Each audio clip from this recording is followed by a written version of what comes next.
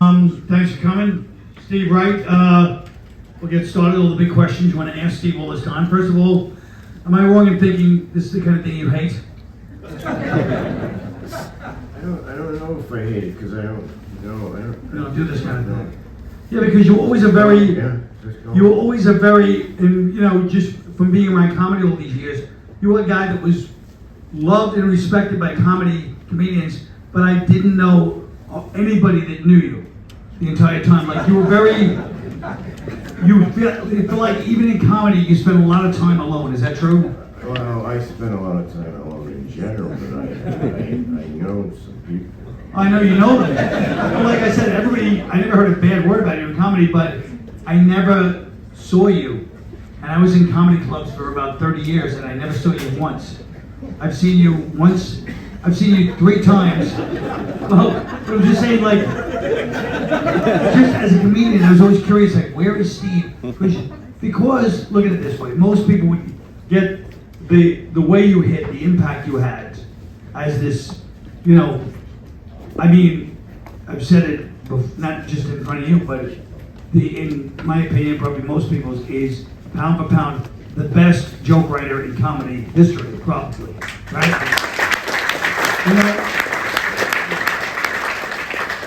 I know that probably makes you like, oh God, but it's true. But I'm just saying, most people would have been like, okay, I'm hitting big, 1985, whatever, 86, and you were just like, no, I'm just spending, you know what I mean? Like you didn't push yourself out onto things. Well, I'm basically an introverted person, you know, so whatever was happening, that was unbelievable to me. I didn't need to add on to it.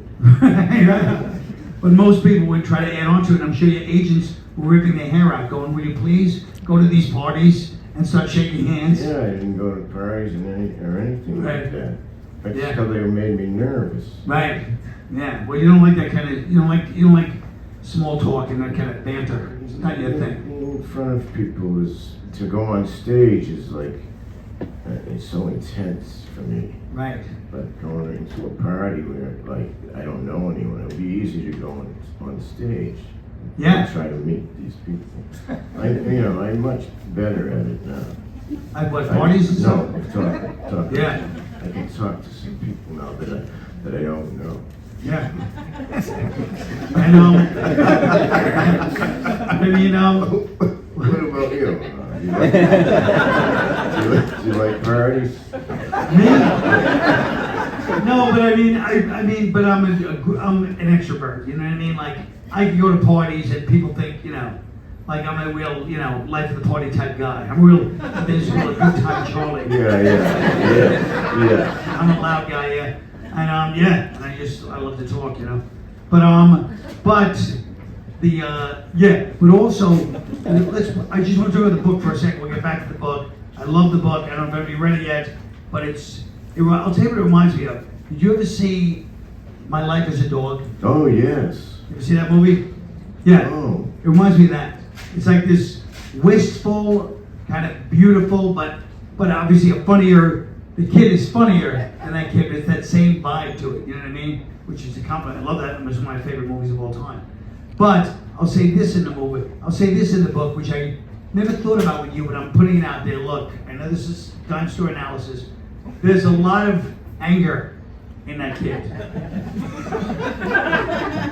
You mean like this?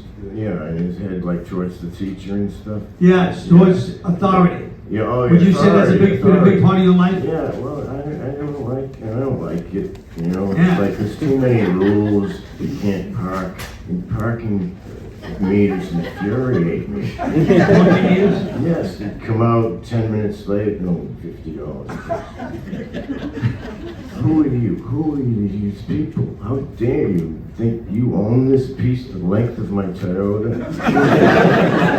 You're gonna charge me? I mean, I know on one hand you have to have rules, but on the other hand, there's just so many rules. Yeah, that kid has a lot of defiance, and very quiet defiance. Harold, the kid, the book kid, yeah. But that just leaked out. Like I had no plan. Like as I wrote, these things would happen. Yeah. So I guess it's subconsciously, but yeah. I didn't even think of that. Yeah. There's a lot of and there's a lot of like outer space kind of stuff, like astronomy and stuff like that. Is a big theme, and birds. You know what I mean? It'll take a. No, it sounds like the book is insane.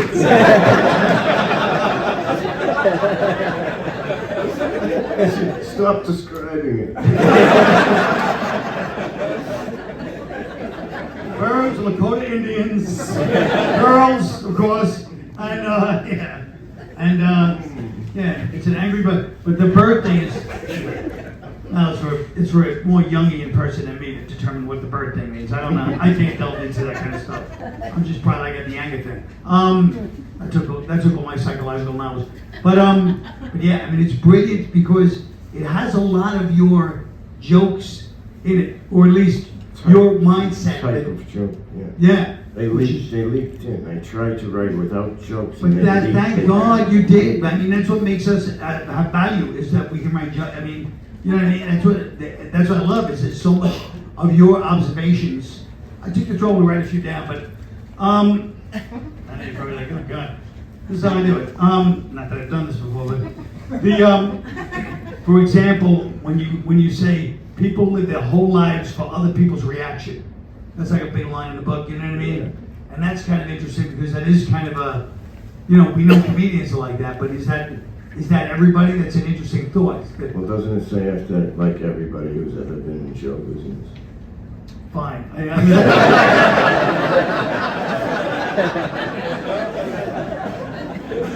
I said that. Oh my God.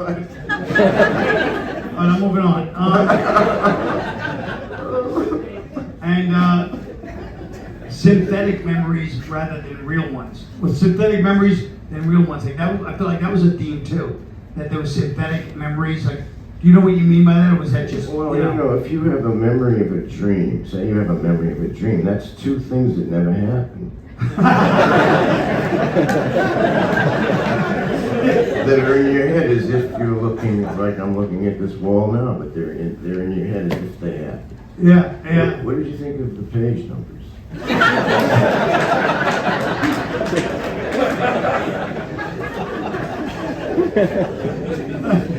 Just for that, I'm going to mention Just for that. I'm going to mention that Charles Dickens was a big theme in there a lot of times. It was very interesting. I wrote down the recurring themes, trying to be professional. Charles Dickens, do you love Charles Dickens? Love Charles Dickens. England, that time in history is one of my favorite times in history. Also, where people don't think about is the Civil War was happening then. You think of the Civil War, you think of Charles Dickens, but you don't think, oh, they're at the same time. Right. That fascinates me. Yeah. The best of times, the worst of times.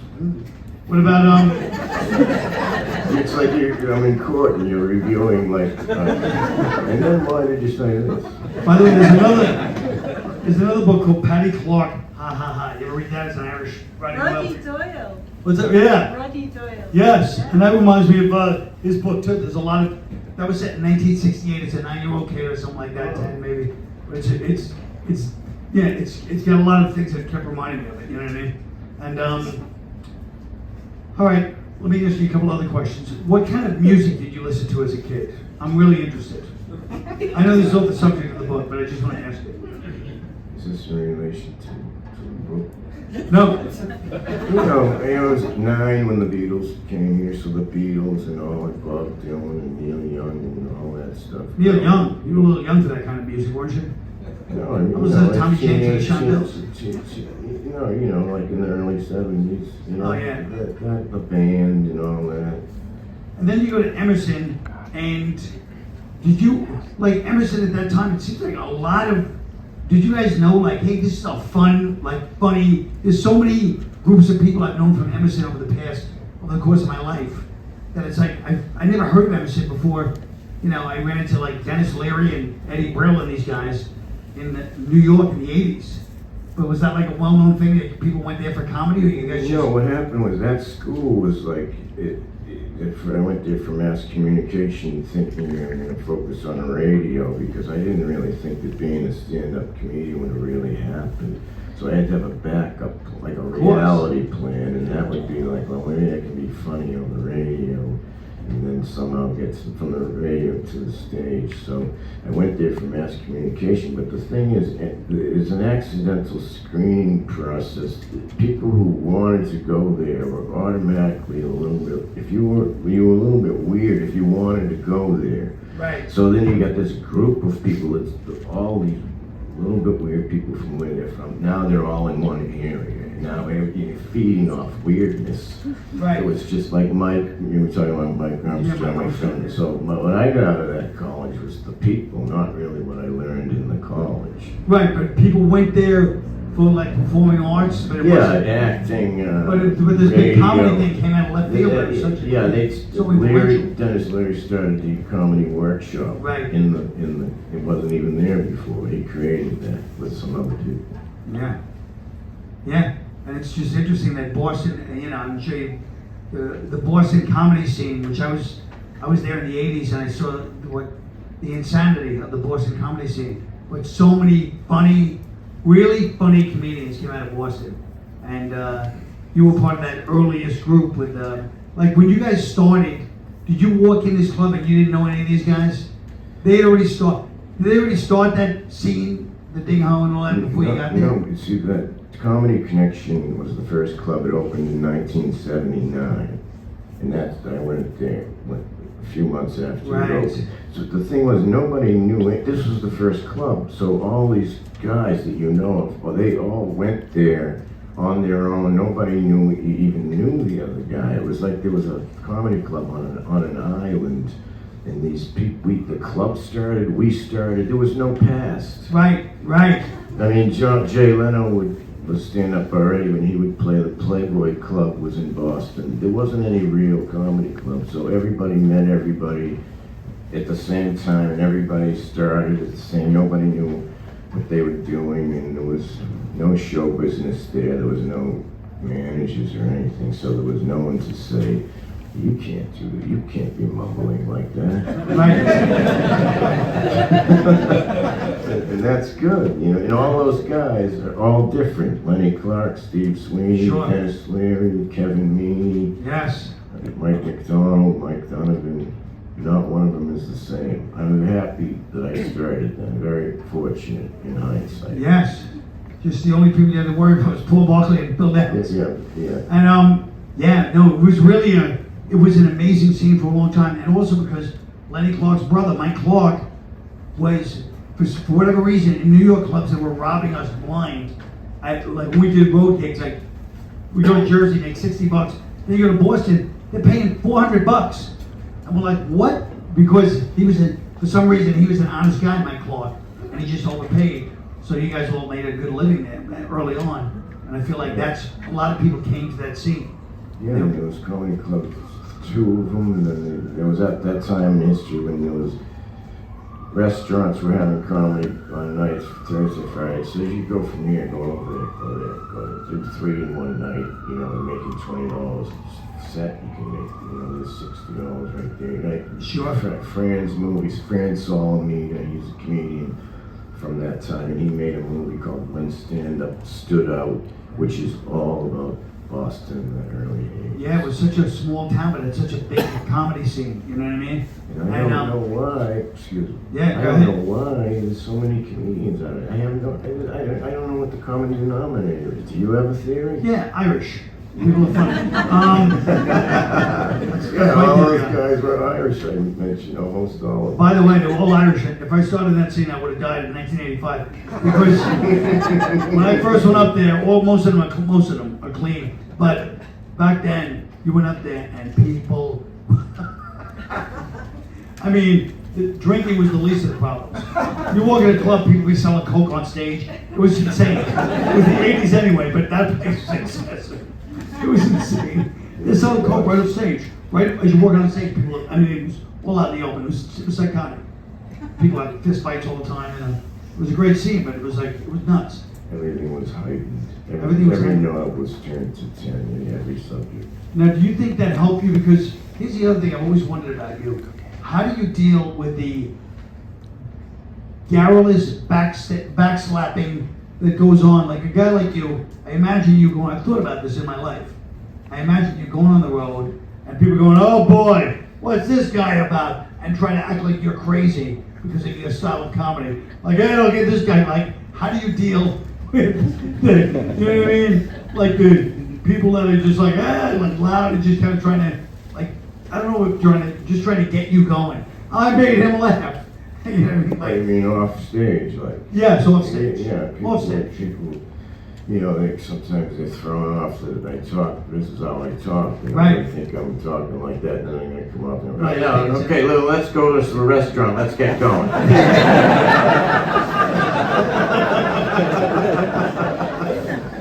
And then it's not. It's just like, okay, oh, you really talk like that, yeah. So it would fascinate me because I thought, wow, not only do they think I'm making all these jokes up, they're thinking I'm making up a way of talking.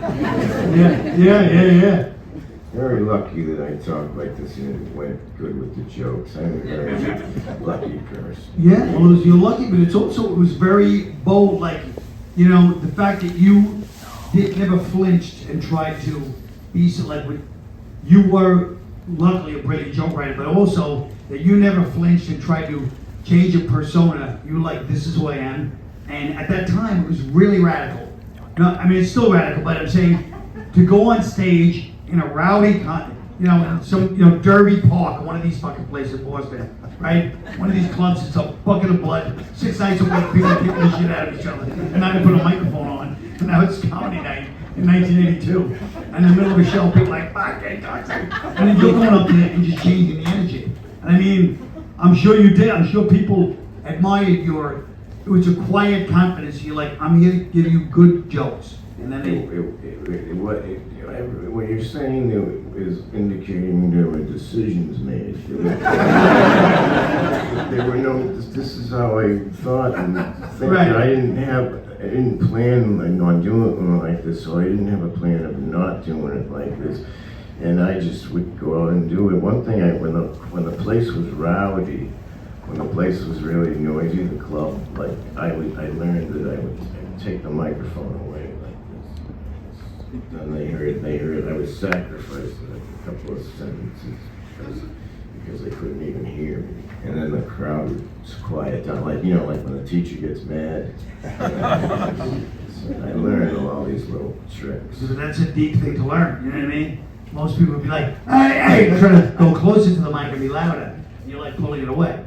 I think that's a certain type of, presence or a certain type of knowledge in that you're bringing. Like you obviously work hard on your jokes because of the layers that, that so many of them have. That we were all like, Jesus Christ. I mean, it's kind of embarrassing for the rest of us to try to play catch up. I mean, there was so much depth, but just funny. They weren't just deep, but they were funny. Number one, I feel like that's the most important thing to remember, is that they were really great jokes. But do you feel like you spent like how much time did you spend writing? Well, in the first 6 months, I would sit down and try to write jokes. I'd look through the paper, look for words or something. USA Today. No.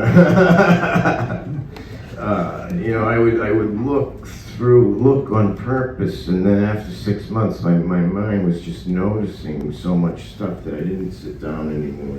On the tower, the airport tower, on the radar is up there, and it goes like this, and it sweeps like this, and then the planes, the little marks of the planes, like so. My mind would be scanning, I'm not walking down the street trying to write a joke, but my mind is noticing, and then I would see something. Right. That could be that. When I first was looking in the paper, I saw an advertisement for electrolysis, and I loved that word. I was like, what a word, what a weird sounding word, what it means, what it sounds like. So that went in my head, and then a few days later, my mind was like, oh, I know. An apartment building that allows pets. And I had a pony. I had a Shetland pony named Nicky. And he was once involved in a bizarre electrolysis accident. All the hair was removed except for the tail. Now I rent him out to Hare Krishna family picnics. And that's because of that word. Right. Yeah, it's amazing. It's amazing the cops are here. But like, all right, let me get like there's certain jokes. Like I wrote a few down. Sorry, this is how I do it. Like because I feel like these are kind of just great jokes. But like about I don't want to give away and ruin them by the way. But like heads and arms of statue like that.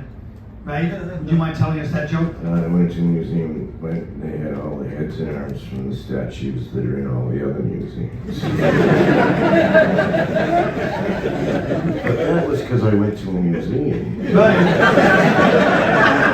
I didn't go, I gotta go down there and think of a joke. You know, you see things, Right. you know, that's how. But you see things. It's like you're seeing what's not there in kind of an interesting way, and that's what makes you this guy.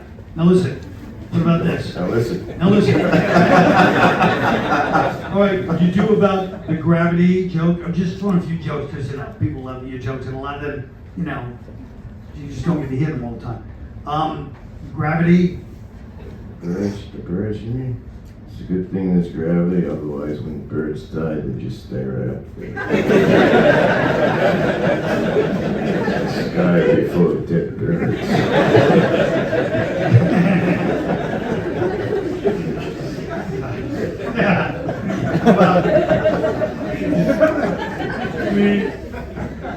About tarot. Well, the tarot cards. Playing tarot cards with the other night. I got a full house and 4 people died. People know cards, playing poker and all that, and they know tarot cards, and it was just combined them for some reason. It's so funny. Like here's another line from the book, by the way. I'm just going to jump back and forth. Being alive is an invasion of privacy. I mean, that's such a great Wright philosophy. His grandfather said that too. Right. His grandfather's a big part of the book. Yes, he considered being alive an invasion of privacy. Yeah. But when you think about it, it almost is, Yeah. I'm just agreeing. I don't agree. I'm just agreeing. I don't agree with that. And then you're going to call me in the coffee and tell me I think about it is. I'm like, I guess, I don't know.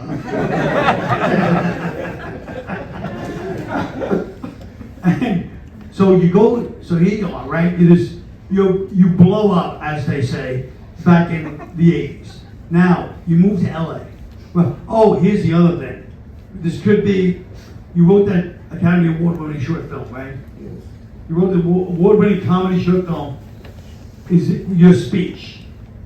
At the Academy. Oh, yes. One of the greatest things of all time. Wins the Academy Award. At the Academy Awards, gets up, speech. Everybody's like, oh my God, short film, first year it's in the category, and his speech. I said, this is fantastic. Now we're really glad that we cut out the other 60 minutes. Yeah.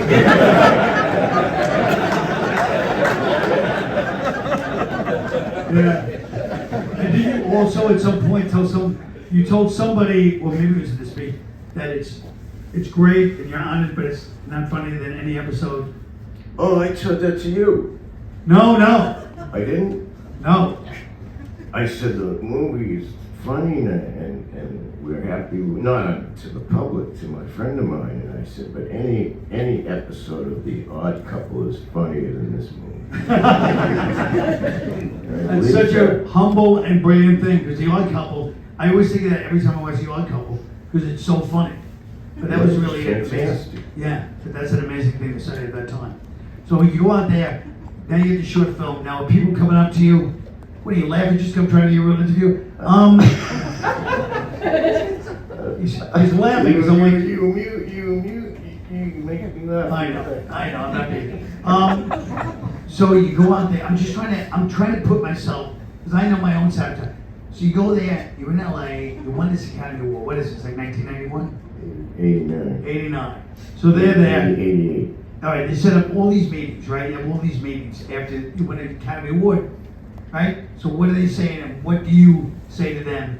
Like I just can't. At that time, especially, everybody's in this really shiny suit era. You're sitting there in that office, what are they telling you? They just say, oh, we want you to do something. We want you to do like a 3-movie thing for us.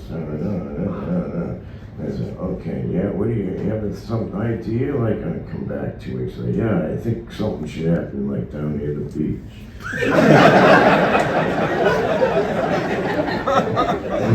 And there should be a lighthouse involved. You know, like this. I never made it was overwhelming, you know? It was, right? Yeah. Yeah. You know, it's so funny. Desperately Seeking Susan was on last night. You were great in that too. It just happened to be on. I was watching it last night. I was like, oh shit, there you are. Yeah, that was the first thing I was in. Yeah. And you were in the Tarantino movie. Well, Yeah, Reservoir Dogs. yeah. It's great. But then I just can't imagine you being thirsty, as they say, enough to try to, go out there and force your way in. Like you would have needed, if you wanted to go the Woody Allen movie, you probably could have. It would have taken, you would have needed whatever Rollins and Jaffe were, and they didn't exist at that time. If you wanted to be that guy, So I don't even know if you wanted to be I'm not forceful. Oh, yeah.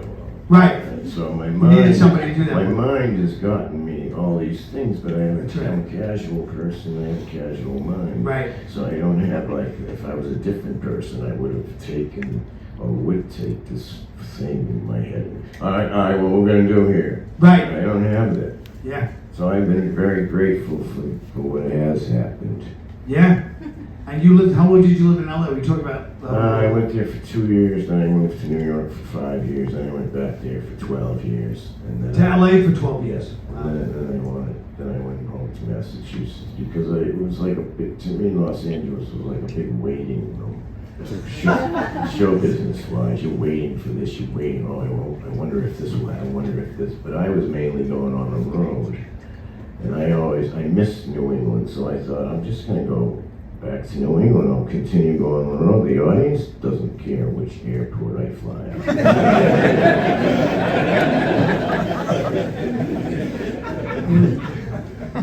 And Did you lived there for 3 years, right? I lived there for 3 years in the 90s when you could, drive around and actually get places. Now Yeah. forget it, man. But I like LA. I mean, I like LA. It was very calming, but I don't think it's good for comedy, any aspect of comedy. Too much pressure. And just too much. It's just a certain type of person. But I mean, like we talked about, I think the only people that should be there that don't lose their sense of humor are people from Texas, New Mexico, Arizona, and California. And that's it. It's like a Southwest place. That's the vibe. Otherwise, you can't really fit in. Otherwise, you change. Yeah. You lose it. You get it. It's just I don't know why. All right.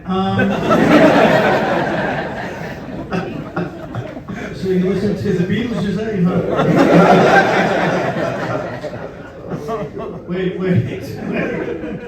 Can you do the humidifier joke for me, please? Sorry to make you the human jukebox, but you have great jokes. They're part of who you are. Bought a dehumidifier and a humidifier, and I put them in a room and let them fight it out. Thank you. Oh, I don't know if this is from your act. The two babies when the world ends. Is that from the book or your act? Oh, no, the world doesn't end. I mean, two babies. Two babies were born in the hospital the same day, two little babies. They're laying in the same room looking at each other. Each family came in and took their baby away. The babies lived their entire lives. Then 85 years later, by a bizarre coincidence, they end up in the same room, in the same hospital, laying there looking at each other. And one of them says to the other one, so, what did you think?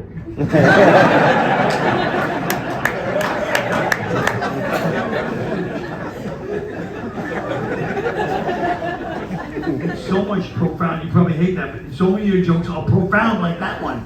They're funny, but they're also like, oh my God. It's like a whole little mini movie in the joke. But I'm lucky because I don't try to think of a profound joke. That's just Exactly. That's right. You're trying to be funny. That's why you're great, because you're not trying to say anything. You're just trying to say this is how what I'm saying. Exactly. Be funny and get the laughs is the most important thing. I agree. All right, what about this? Stop sign. Stop sign. Oh, yeah.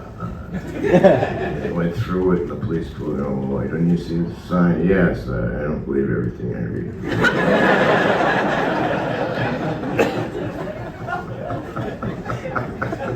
This is why comedians always loved you, and still love you, because nobody can write these kind of jokes, you know what I mean? Thank you very It's really much. amazing. Really, I mean, I'm lucky. You know, you are lucky, but it's also a tribute that when people, that nobody ever says anything but, oh God, damn it, I love him, I wish I could fucking write those jokes. I mean, it's a great tribute that comedians, no matter what age, they just think you're the real deal, you know? And it's, it's not always the case. And, yeah, so then, I mean, I'm out of things, maybe we'll go to questions now. No, I want to say something. Oh. Can't remember what it is. No, the book, I wrote a story for Rolling Stone magazine in 1988. It was a fairy tale about how the beach was invented. And I would read it every How the beach was invented? Yeah, it was like a fairy tale. Why the buckets, why the lifeguard chairs, why the towels, why the beds. I gave like fake reasons logically of how this happened. And every 5 years I would read it again and I would think, oh, I like this, I should write something else. So then like 7 years ago I read it again. I thought, oh, I should write something else. So I finally did it and I started writing this thing about this kid named Harold in 3rd grade. He's 7 years old. And it just went on from there. And then I realized, and the joke's going through a little window, 2 sentences, and the audience laughs, and hopefully that. But I had stuff in my head, like other stuff in my head that wouldn't go on for stand-up. So then I realized I could use Harold's head. I could put a funnel on his head and pour everything I think of about life into his head. It's 7-year-old kid's not going to be thinking this stuff, but I didn't care. So that's how that happened. And then in my real life, before the book, I thought, like, what's happening in your head? Why do you keep going from subject to subject to subject? And I made up this fake thing of my mind is like a little indoor sky, and it's full of tiny, tiny birds, and each bird represents a thought. And in the middle of the brain is a little window, like a rectangle frame, like a picture window or a glass window, but there's nothing. It's just the frame. And when the birds are flying around, when the bird flies through the thing by accident, say the bird represents, the Titanic, and so you think of the Titanic. So that's how that is, and that's why the rectangle. That's a big thing because a lot of Harold's thoughts, because he has other thoughts on his own. Don't get me wrong. But a lot of them because the birds are flying around. And I thought of that years ago. Then when I started, I thought, oh, I know, I'll have Harold. This is how Harold's head will work. That explains the entire book. Great. But, yeah. I never looked at the, I don't really like art that much, so I'm not good at looking at pictures like that. Just being honest, I'm not a visual person, But, yeah, I mean, it's a great book, like I said. I mean, thank you. Thank you for reading it. I mean, thank you for doing this. I was telling you back there, I asked someone, oh, will you do the interview me at the bookstore? And yeah, okay. And then 2 days later, I'm going, oh my God, what did I ask this guy to do? Read the book. For me, read the book, think of all the questions. But thank you very much for doing this. My pleasure. Thank you.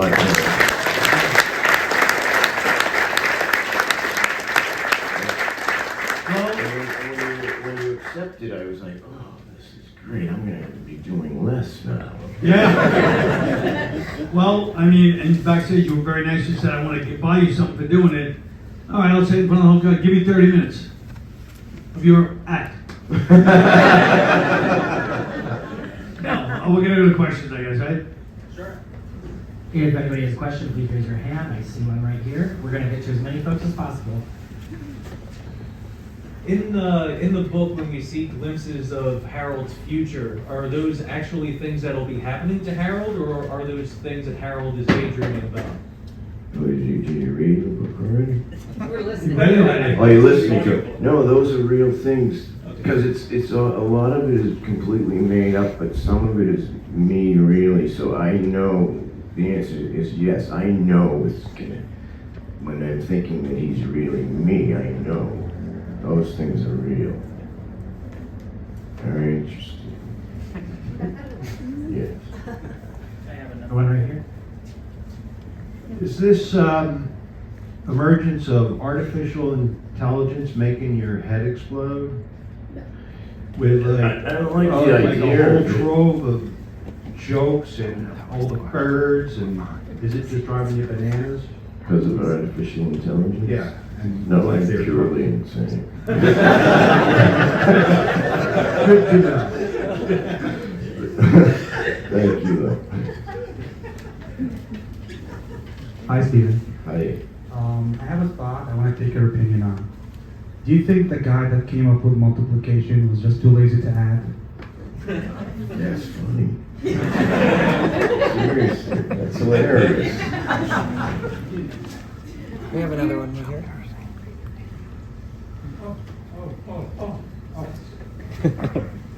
Hi. I have a question to Colin.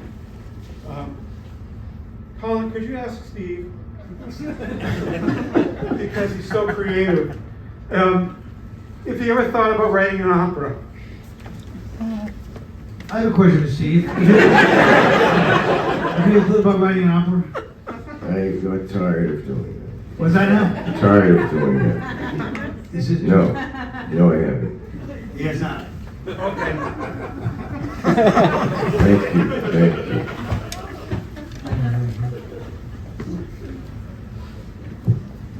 Hi. We're all glad to see you're not in a straitjacket. I know you've mentioned that many times in the past. But Thank you. a question: have you ever seen your influence in art or in media or some type of writing, movie, anything that kind of surprised you or you took note of?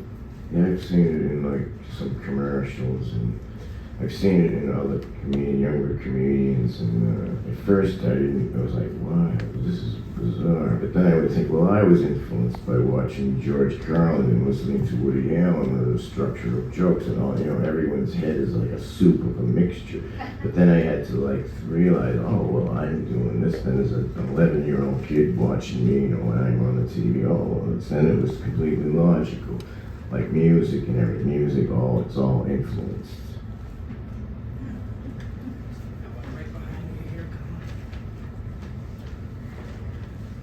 I was in the 2000s, you were on the Craig Ferguson show about 20, 30 times.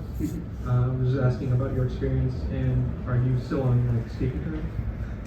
I haven't spoken to him since the show went off, but it's funny you bring that up because I loved going on there because Craig Ferguson, his mind was so fast, and at first I'd go on and he'd be prepared questions.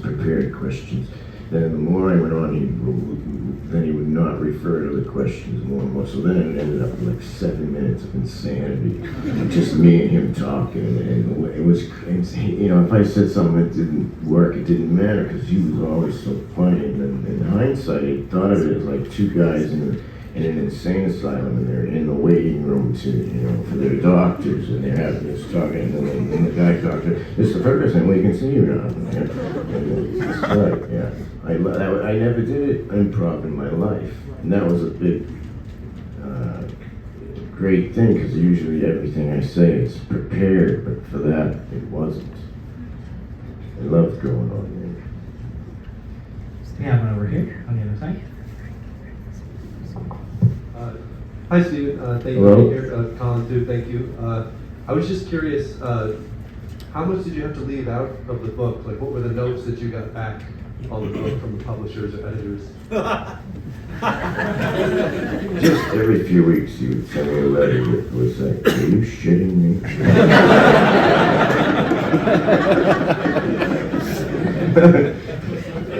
No, there was a lot of notes, and a lot of them I agreed with, but some of them I didn't agree with, and so I left them in. But I couldn't have done it without Sean Manning, the editor. Couldn't have done it. It was like he harvested. He made this total craziness smoother to read.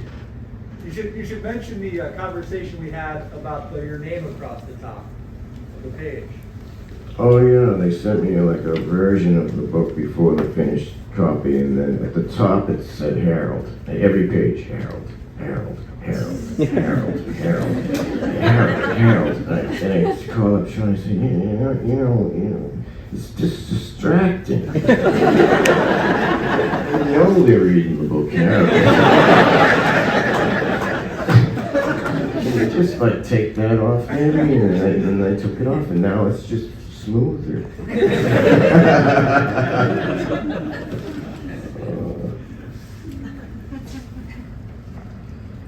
Right over there. Thanks for both of you being here. In regards to the late show question, you guys both went through that circuit, Saturday Night Live, late shows. That circuit, that method to success, that pathway is at least greatly diminished now. Competition's much harder, attention's much shorter. What do you guys think of the comedy landscape and how people can achieve the same sort of success? Well, I think it's great because people can come up in different ways. You know, they don't even have to be on the television. They can get a whole audience from the internet, people selling out theaters from doing that. So it's just very different. But I think I don't know which one is better, but it doesn't really matter. How do you see it? Yeah, well, I was saying before, everybody's a small business now. So everyone's their own small business, and people selling out that people in the business, a lot of people don't know. They don't even know them, but their fans know them and they come see them. So I mean, that's all it is, in my opinion. It's definitely strange that that's how it is now. But so everybody's just fragmented. All society is anyway, but it's gonna only get more like that. I feel like because you can go around the big machinery. There is no, I feel like there is no machinery it's left. Totally independent. Yeah, it's interesting. It's great. I think it's all clips. Get some clips up there, kid. We have one more question here tonight. Thanks. I was wondering, with all the one-liners you do, which is most of what the act generally is, to do around 80 minutes in a live show, how do you memorize all those separate topics in such a long show? It's not like there's like a set list and it would be, endless. How do you order them, find out which ones go where, and to remember it all? Well, you learn early on that one of the things you have to do is at least know what you're going to say. Seriously, the pressure is on. And then, the show slowly built up. It wasn't like I went on to a few minutes, 5 minutes, 10 minutes, slowly building up. And sometimes I would have even though the subject has nothing to do with each other, in my mind it would be connected by the time period I wrote the joke, so I would know it was all during this time. And then there is a set list. It's like 80 minutes, one word each represents each joke, and it's just like from doing it over and over. I mean, you're out there. It's weird. The pressure is on, so your memory goes to another level out of survival. Well, that's it for tonight. Let's give these guys